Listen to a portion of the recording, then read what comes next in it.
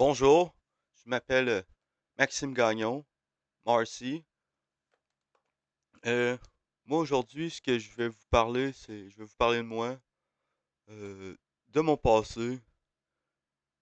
Je vais commencer par dire que moi, à l'âge de 25 ans, je suis rentré dans les forces canadiennes en tant qu'artilleur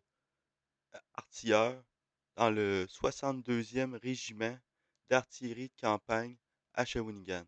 J'étais réserviste.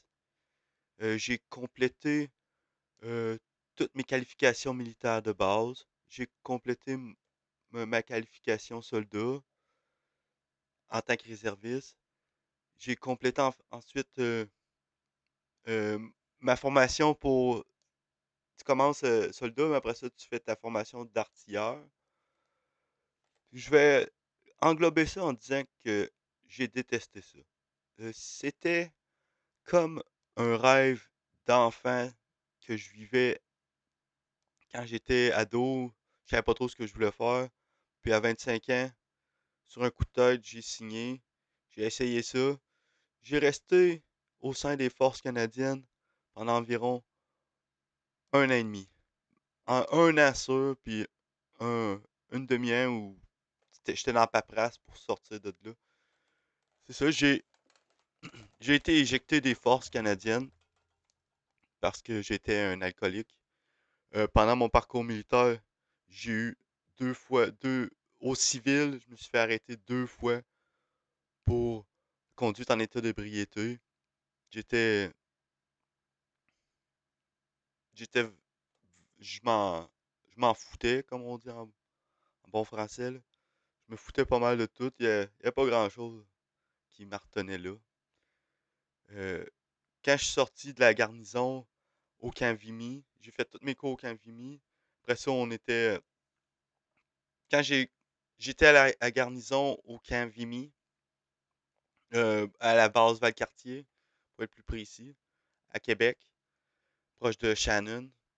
Et puis, c'est ça, je buvais beaucoup aussi pendant mon service.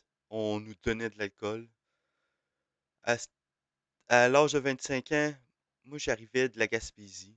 J'avais habité un an en Gaspésie. Puis dans mon année avant l'armée en Gaspésie, j'étais pas mal rock'n'roll, là. Je veux dire, c'était plus juste du, du pot ou du. C'était beaucoup de speed puis d'alcool. Puis on sortait à tous les soirs. Puis après ça, je suis revenu à Victoriaville, où ce que j'habite. J'ai toujours habité, en fait. Presque. Je suis pas né à Victoriaville, mais. Puis, c'est ça. J'étais une milice, là. Un milicien, si on pourrait dire. J'ai été, s- j'ai été sorti parce qu'il fallait que j'aille en prison. Ça, je vais y revenir. Moi, mon temps de détention était à cause qu'aussi j'avais frappé des policiers, en plus de perdre mon permis.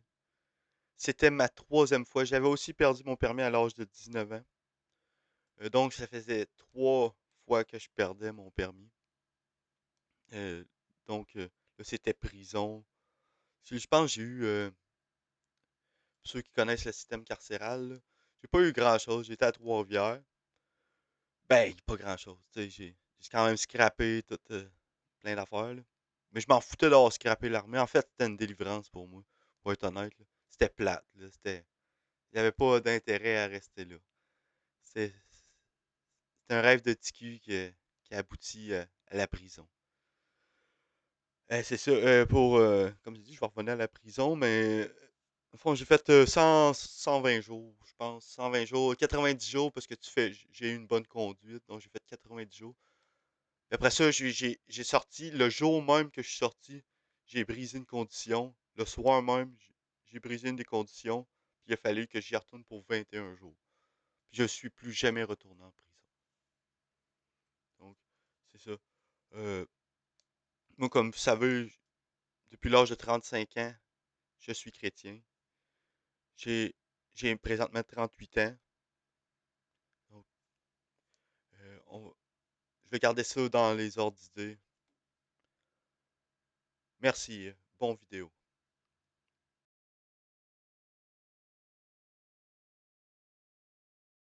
Oh, pardonnez-moi d'avance s'il y a de la fausse fierté dans ce que je vais dire.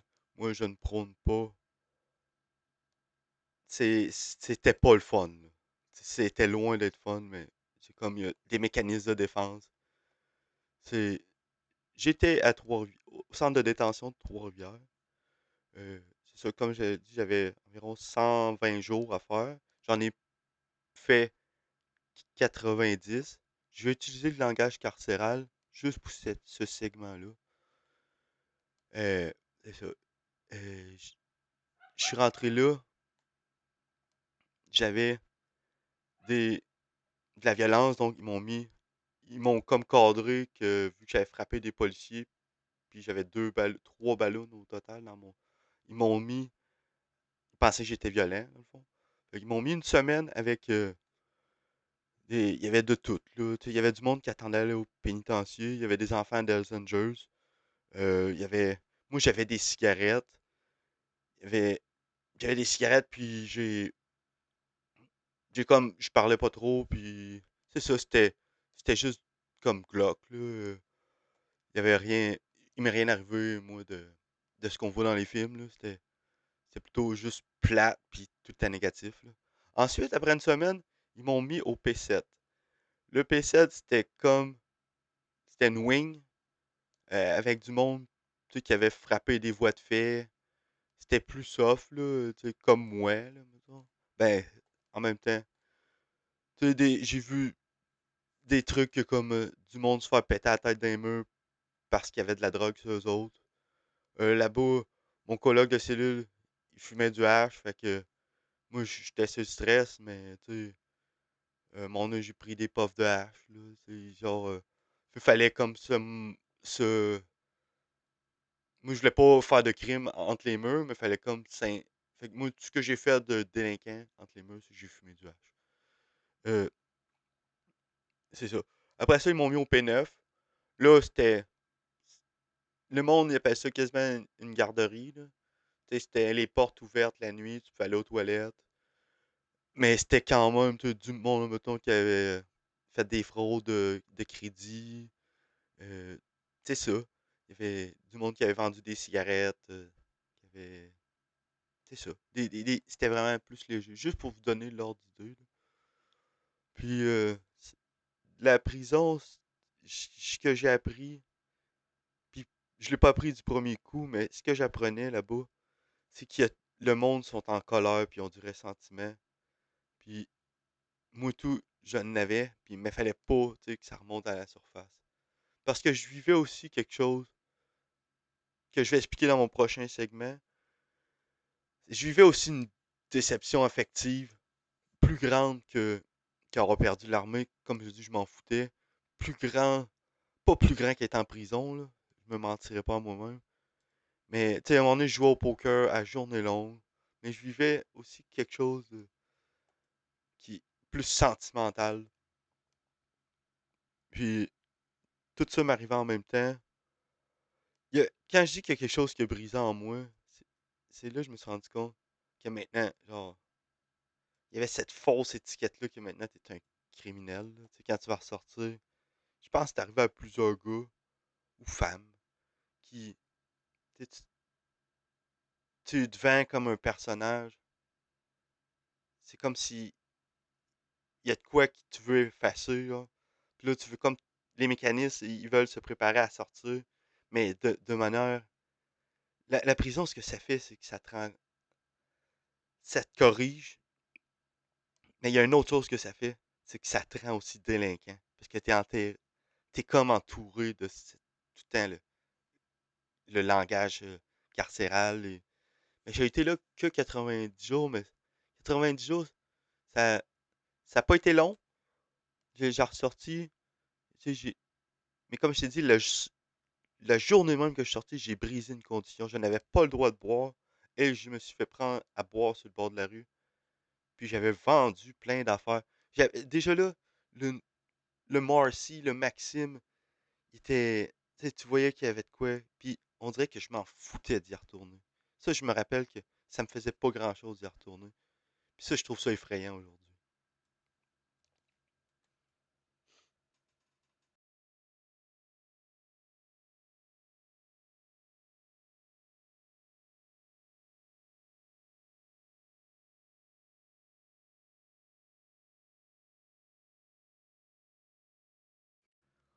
En gros, une de mes, je dirais quelque chose qui m'a vraiment bouleversé dans ma vie,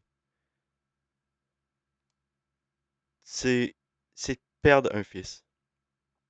Je vous explique, et en même temps, par respect pour les personnes concernées, il y a beaucoup de souffrance là-dedans, y compris la mienne. Moi, je vais parler de la mienne, de ma souffrance. Il y a beaucoup de... Puis comme je l'ai dit en début de vidéo, sache que je te pardonne et que je respecte tes choix de vie.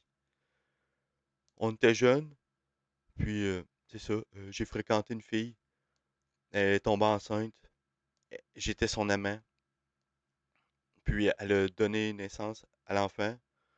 Moi, je me suis acharné intérieurement, pas, ça me grindait pendant 10 ans, jusqu'à temps que j'aie 35 ans. De 25 à 35 ans, ça m'a grindé, euh, cet épisode-là de ma vie. C'était pas la source de toutes mes souffrances, mais quand j'étais au plus bas de moi dans la consommation, dans les délires la- ça revenait tout le temps. C'était tout le temps quadricurrent. C'est le passé et le passé. Moi, j'ai arrivé à un point dans ma vie, tu sais, quand j'avais 34, 35 ans, j'étais étudiant j'ai fait beaucoup de... J'ai essayé des thérapies, j'ai essayé des, d'aller à l'école, mais il y avait toujours la consommation prenait toute la place. Comme je l'ai dit, moi, c'était le pot, le speed, la bière, puis tout. À la fin, c'était tout les champignons magiques, les anxiolytiques, Xanax, toute la pharmacie. Je prenais aussi des antidépresseurs par-dessus ça. J'en- J'étais... La drogue prenait toute la place, même si j'allais à l'école. J'étais tout le temps gelé, je dormais pas. Mais ce que je veux dire, c'est quand revenir à 25 ans, quand j'étais en prison, c'est j'ai comme effacé ça de ma mémoire pendant le temps que j'étais en prison. Mais quand je suis ressorti dehors, il est arrivé, je parlais plus, j'étais plus en contact avec la personne concernée. Mais quand je consommais, tu sais, à un moment donné, tu down, tu t'en vas te coucher, c'était tout le temps ça qui remontait à la surface. Je me suis rendu compte que c'était comme ancré, cette souffrance-là en moi. Puis c'est ça. Je pense que j'essayais de la supprimer, cette souffrance-là, en la vivant de manière excessive, agressive, euh, désordonnée. Puis j'y souhaitais beaucoup de mal à cette personne-là. À chaque fois que j'arrivais là, c'était pas, je souhaitais beaucoup de mal à cette personne. Je souhaitais quasiment qu'elle en crève. Puis aujourd'hui, c'est tout le contraire. Je souhaite que cette personne-là, encore une fois, par respect, tu sais, qu'elle ait une belle vie. Puis si tu es quelqu'un de chrétien, euh, n'hésite pas à m'inclure dans tes prières. Jésus-Christ, nous, c'est le Sauveur. C'est le Seigneur et le Sauveur. Euh, Regarde-moi aujourd'hui. Si tu vois cette vidéo, je suis quelqu'un de beaucoup plus authentique. Je watch mes mots. Puis, je dis encore des niaiseries. Mais j'ai compris qu'il y a des souffrances qu'il faut pas aller gratter là-dedans parce que c'est comme une porte. On va de l'avant et on continue. Voilà. Mais cet enfant-là, il- j'espère qu'il va bien. Puis moi j'arrête là. Tu comprends? Moi je vis ma vie. Puis jamais. C'est très bien ici. Donc c'était mon. Je trouve que ça s'est bien passé. Euh, Merci.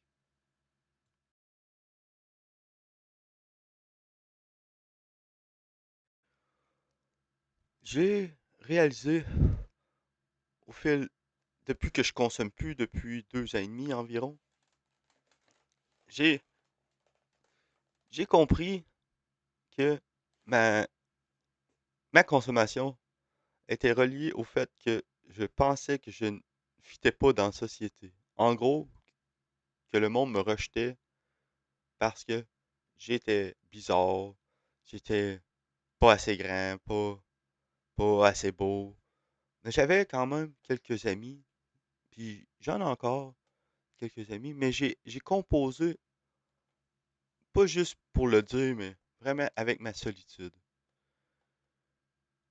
À jeun. Toujours à jeun. Moi, c'est l'important. Je pense que ma consommation m'amenait à rencontrer du monde, mais c'était des gens de consommation. Je vais aussi dire que même si on a des amis puis qu'on joue un rôle dans la vie, on peut quand même, derrière les masques, vivre ce sentiment-là. C'est pas très agréable. À travers les réseaux sociaux, j'en ai vécu, mais j'ai combattu ça un peu. Mais c'est pas. Je voudrais surtout dire qu'il y a tout le temps quelqu'un qui nous apprécie, qui nous aime. Peu importe si on est une merde ou si on est quelqu'un de bizarre. Il y a toujours quelqu'un qui est avec nous. Il y a toujours. Je vois les. Je sens que c'est de quoi qui est récurrent.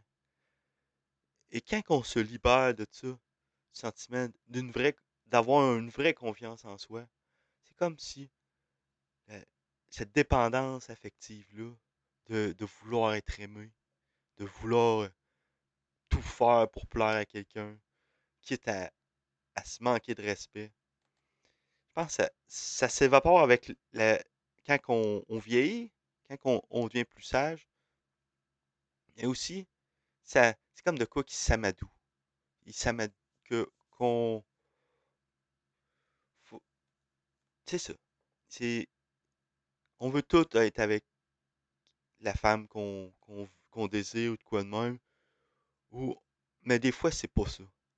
Des fois, c'est juste, genre, briser cette carence-là en soi qu'on a.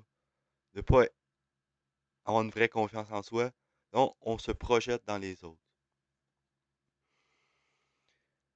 C'est l'absorption de la substance, c'est pas ça qui fait de toi la personne que tu es. C'est, on pense qu'on est fort quand on est tout seul à sniffer des lignes, pour écrire ou whatever quoi, pour chanter. Mais n'importe quel rockstar ou n'importe qui, même Eminem, pour ne nommer que lui, ou Steve-O des Jackass, va te le dire, on pogne le fond, puis on se rend compte qu'on était. En réalité, c'était une fausse fierté, de l'orgueil mal placé, et qu'on est bien plus fort et bien mieux dans notre peau à jeun, sans la consommation. C'est, c'est un, c'est un mensonge qu'on se compte qu'on est bien avec la consommation. Même moi encore, je vape- j'ai encore besoin d'une vapoteuse parce que je suis pas totalement guéri. Je suis encore pêcheur, mais c'est comme si Jésus me gardait dans sa lumière. Puis je veux dire que aussitôt que je fais de quoi qui va à l'encontre du bien, c'est comme si il y a un sentiment de culpabilité tout de suite, genre, qui vient mettre, puis ça me prend même pas des fois 30 secondes, ça me prend plus 3 semaines, là, me remettre de mes émotions. Puis en même temps, tu sais, moi, j'ai jamais vu Dieu. J'ai déjà eu des hallucinations weird. J'ai j'ai déjà rêvé à Jésus, mais je crois que personne n'a jamais vu Dieu parce que Dieu, c'est nous. Donc, quand on est dans l'amour de Dieu, on est, on n'est pas seul. On a un ami qui est là puis qui veille sur nous.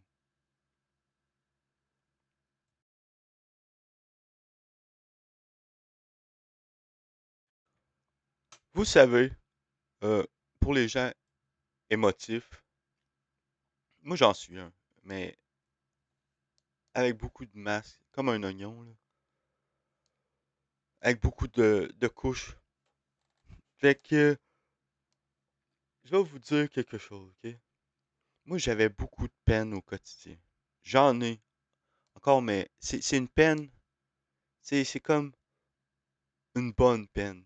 C'est pas, c'est, ils disent dans la Bible que la peine du monde, c'est comme, ça mène à la mort, mais être la peine selon Dieu, c'est comme bien. C'est se rapprocher de Dieu.